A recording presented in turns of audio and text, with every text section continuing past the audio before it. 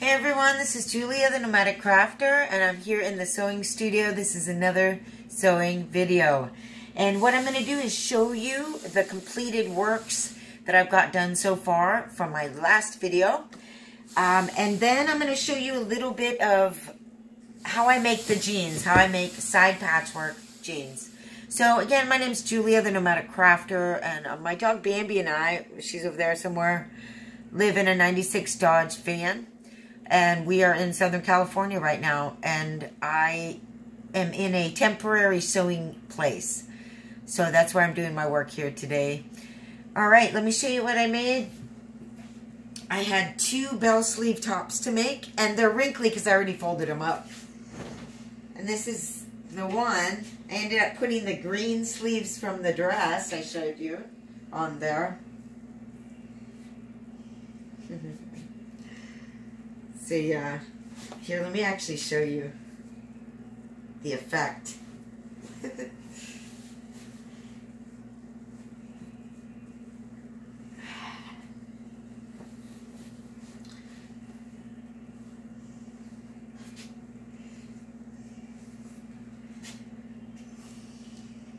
Hello, darling. Where you can go. Yeah, it's quite fun. It's not my size, but you don't want to clean a cat box in these. That's all.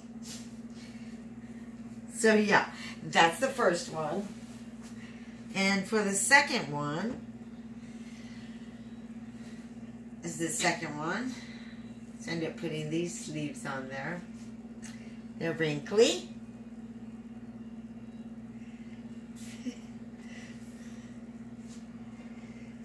I'm casual, but I'm fancy at the same time. I love it. So those are the 2 bell sleeve tops that I ended up making. So these are the bell bottoms I ended up making. Putting in the color, the colored strips. So these were a pair of jeans that were already worked on. All this was someone else's work. And they had made bell bottoms, just denim bell bottoms, and I cut open their bell bottom and made it even wider with my colorful strips. So yeah, these are definitely hippie. So, and there's even a peace sign on the butt, which again the other person did. So that's what I ended up doing with these. These are the 2 strips I ended up making. Kind of cool, multicolor. So that's what I do, and that's what I'm going to start on the last pair right here, which are all denim. And I just wanted to show you a little bit of what it takes to make something like this. It's kind of like, looks pretty simple, like, oh, there's a strip of fabric on the side of the pants. Like, a lot of people even think that you sew it right on top, which some people do. But that wasn't the original idea. The original idea was to open it up and make the pants baggy, you know. So anyway, what I have here are another pair of jeans. And they have a little bit of a flare. One leg's twisted, which I can help even that out with my strips. And then I have my 2 strips that I've made. So in my van, I have collections of patches that are pre-cut, so that whenever I get a sewing spot, I'm not spending all my time cutting patches. Though I did just spend a bunch of time cutting patches because I got so low. So here's my 2 denim strips that I've put together for this project, and they come to a bit of a flare. And the first thing I need to do is cut open these jeans. Get in there. And denim's thick, so cutting through denim can be challenging. And there are other challenges too as well. When I get up here, when I'm going to cut this side, I've got this big metal rivet there. And I need fabric here to sew onto, and this is in the way. And I can't make it go more this way because this pocket's in the way. So this is what I have to work with right here. So what I have to decide is, am I going to cut it here and then cut that out and go up, or I can cut a little bit over this way in this thick part. So it's kind of difficult when you get a setup like that with a big thing there. But so what I'm going to do is just cut on each side and open up the jean. One of the things I do is try and remove some of the bulk. So at the bottom of I've just cut one side. At the bottom I've got the hem and some bulky stuff that's just there, unnecessary. So, oh, it just went flying off. Cut that out, trim this back a little bit. And I do the same at the top as well, because in the waistband is a bunch of thick stuff too, and just sort of as much as that middle stuff that I can get out, I do. Because I'm going to be cutting, and both on the top too, I'm going to be sewing right here, adding the strip in there. So, you know, it'll be thick. So, yeah. Okay, so this is a mechanic shop, so you'll probably hear welding in the background, which is awesome, kind of. Sorry about that, though. I wanted to show you, it's been really cold in here lately, and I was able to bring out my Mr. Buddy from the van and keep us nice and warm in here. And yes, I know you have to open the door and let the carbon monoxide out. So this is for the van, but I can bring it into any place I might need it. And I also have a fan that I can bring into any place I might need it. I mean, I could set up a tent somewhere. I have a 10 by 10 tent in the van that we could use as an outside sewing space as well. So, yeah. So I've cut these open, and I've made a nice shape right there where there's a hip and it comes in at the knee. And it's nice and even, and I've got my strip here. And what I'm going to do is simply lay the leg down on the strip. The weight of it is pulling it down. Sometimes it's a little tricky. And of course the strip is straight or flared, and the leg is curvy. So I've learned over time how to deal with that. I just sort of pull it up there and pull it in there.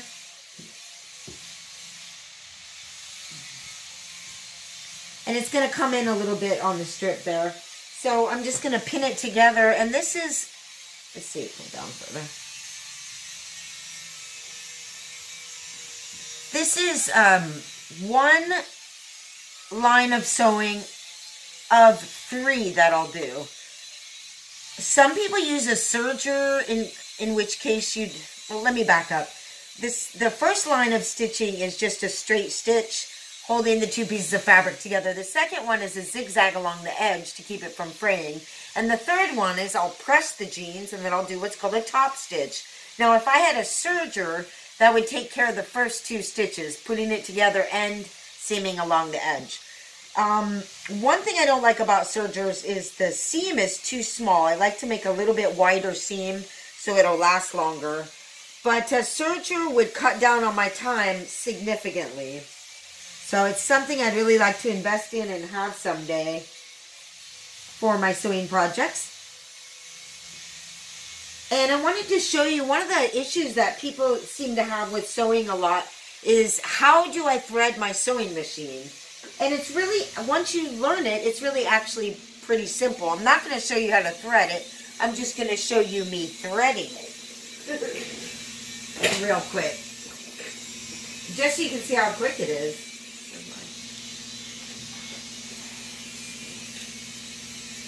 Alright, so I've got my thread up here, goes through there, down here, up here, down there, through there, helps have the needle up,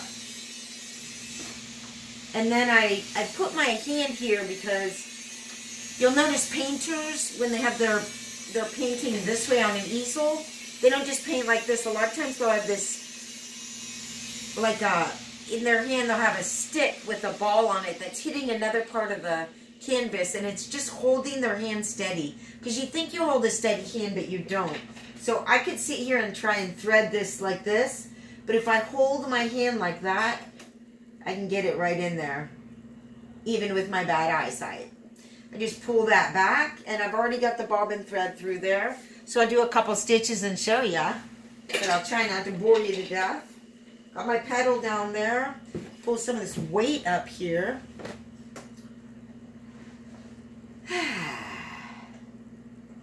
it's just a straight line. A little bit back and forth to hold the seam. And it's pretty thick at the top of the waist here. And then I go back to secure it. And forward again. This is a basic Walmart sewing machine, but it can handle everything I put to it. And I'm just going to go all the way down.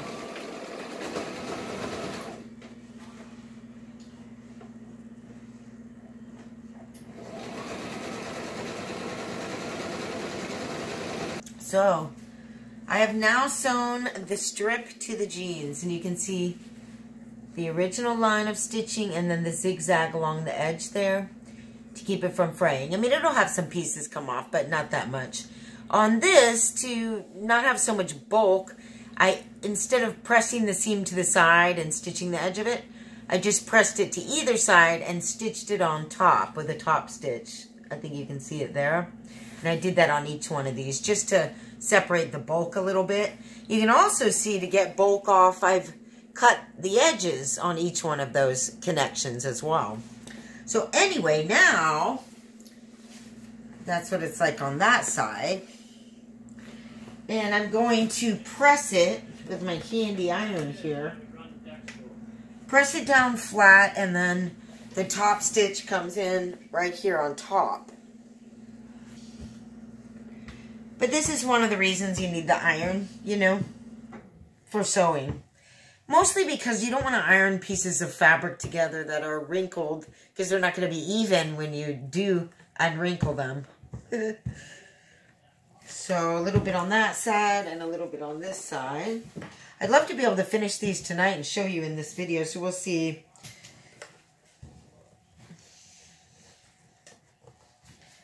Make it nice and flat as if it were always meant that it came this way, you know? That's what the top stitch does, and it doesn't look too thick, so I'll do the top stitch. Otherwise, what happens is, here, let me finish. Can't talk, must iron. Otherwise, what happens is it doesn't remain flat, and it bunches up there, and when you wash it, it just isn't flat. It doesn't look good. So the top stitch, make sure I get it good there. And it totally secures the sewing. That's the main reason to do it. And because there's so much bulk on this side that would need to go under there, I'm just going to do it upside down. Starting at the bottom here. I got blue thread. So, show you a little bit. Go to a bigger stitch that's faster. There we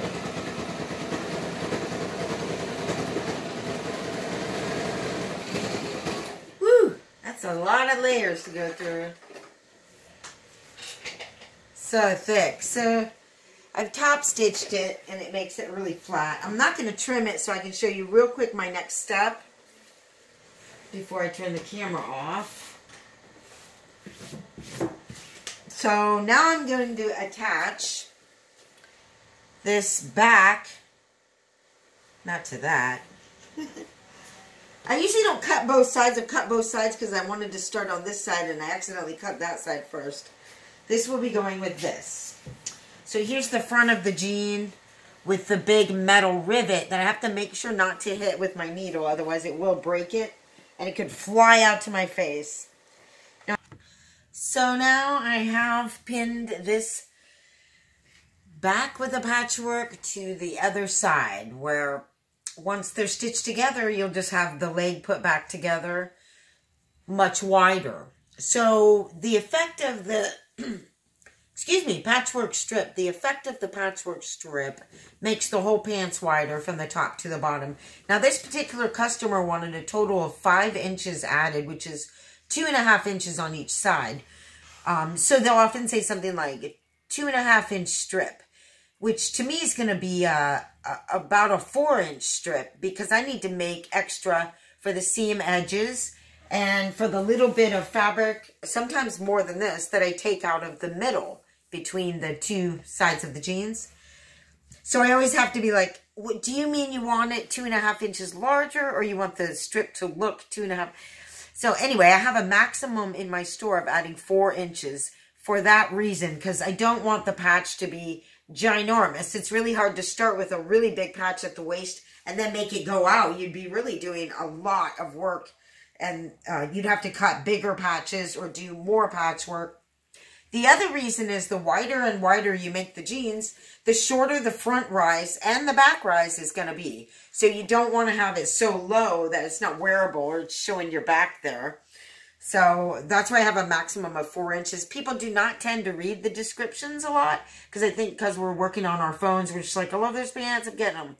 And there's when you do a custom order, I encourage you to read the directions or the information that the maker has provided you, because there's usually really important details in there. So in the case of this, and when this happens, I tend to just take it on as a challenge.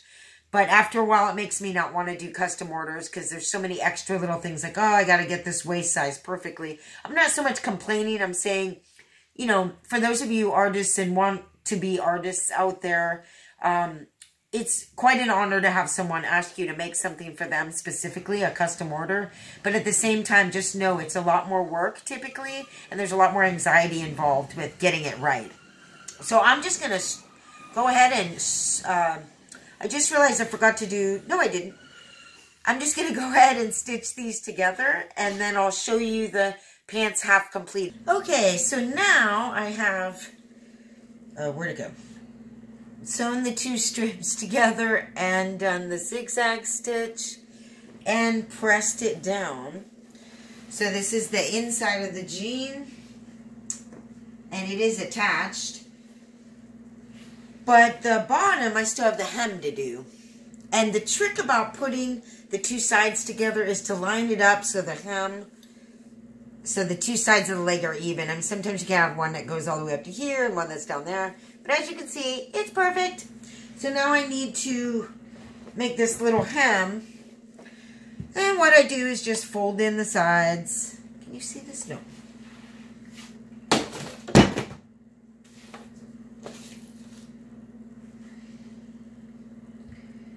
I basically just fold it up.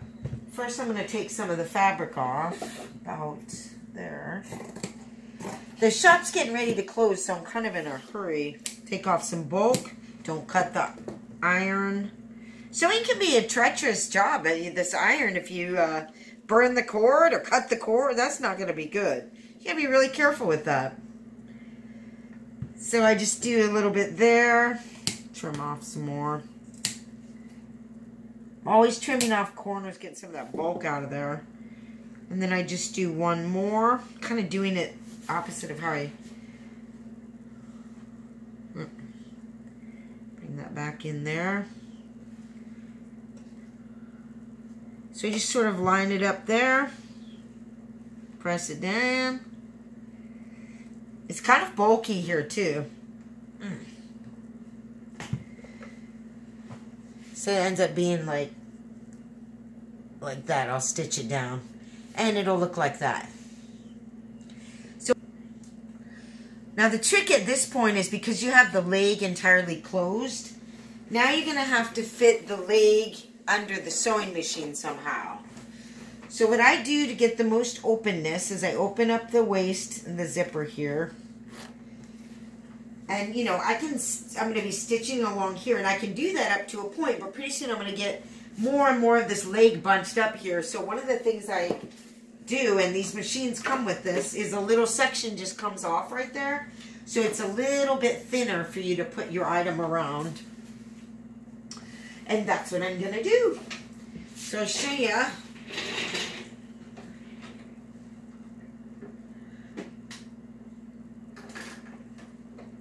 Okay, I'm going to start at the top. It's pretty thick, so I always back off. Don't want to poke an eye out. At this point, everything's pretty smooshed up under the machine there, and I've only got a little bit left to do. This is a larger pair of jeans, so actually the leg fits under there better than a smaller pair would be, or it'd be really bunched up. But the main thing you need to be aware of is to make sure you don't sew the top onto the bottom. So every once in a while I put my hand in there and make sure it's pushed away. But if there was any hope of it not being wrinkly, you can just forget that.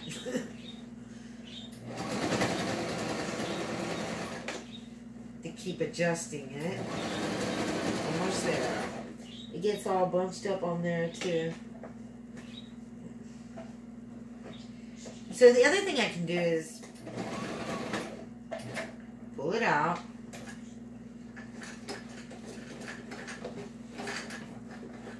All the way. And just come at it from the bottom, which is what I'm going to do. Put that over there. And here's where I ended, and I'm just going to start right here.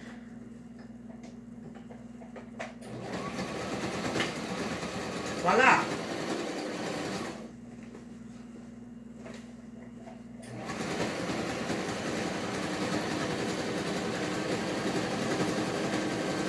And so now I have completed the hem there. Just stitched it right on there. And we have one leg completed. Voila!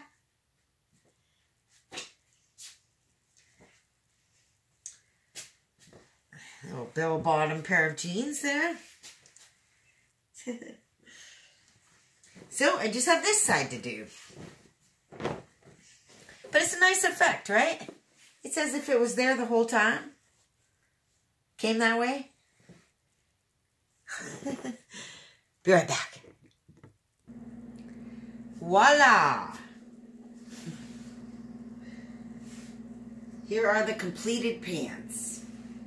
I've got this leg twisted to show you the flare. But, all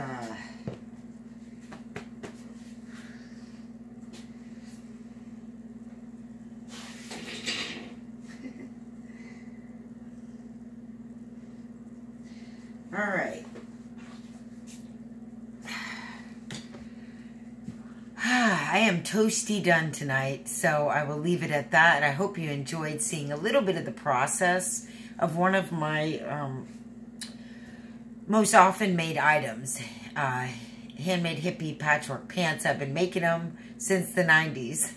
They kind of went out of fashion, and then I made a couple, and people were like, what are those? I've never seen those. Like, it was so long that they were out that I brought them back. They were new again, and I was like, I didn't really invent this. We used to do this all the time. But okay, I'll make more. So, they're pretty fun. I want to thank you for watching the video. If you have any questions, just let me know. And we'll see you later. Bye. Thanks.